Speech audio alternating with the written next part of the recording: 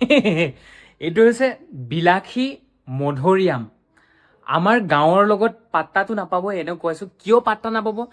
কৈ আছো মই আপোনালোকক আমাৰ গাঁৱতো সৰু সৰু থাকে ন ইয়াতকৈ একদম সৰু সৰু থাকে মানে ইয়াতে 6টা 7টা মান ওলাই যাব চাগে আমাৰ গাঁৱৰ যোনটো মধুৰিআম সৰু সৰুটো যিহে মিঠা যিহে একদম সোৱাদ কিন্তু ইয়াৰ একো সোৱাদ নাই কিন্তু দাম কিহে চাবি এইটো এটাটোৱে 88 ৰুপিজ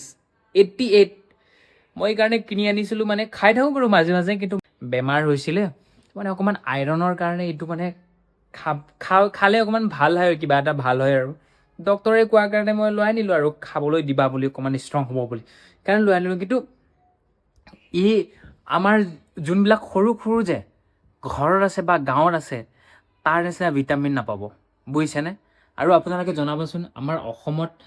এই মধুৰিআমবোৰৰ দাম কিমান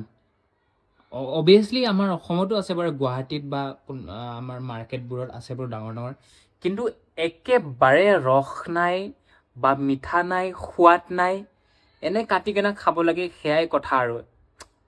কিনো কৰিব আৰু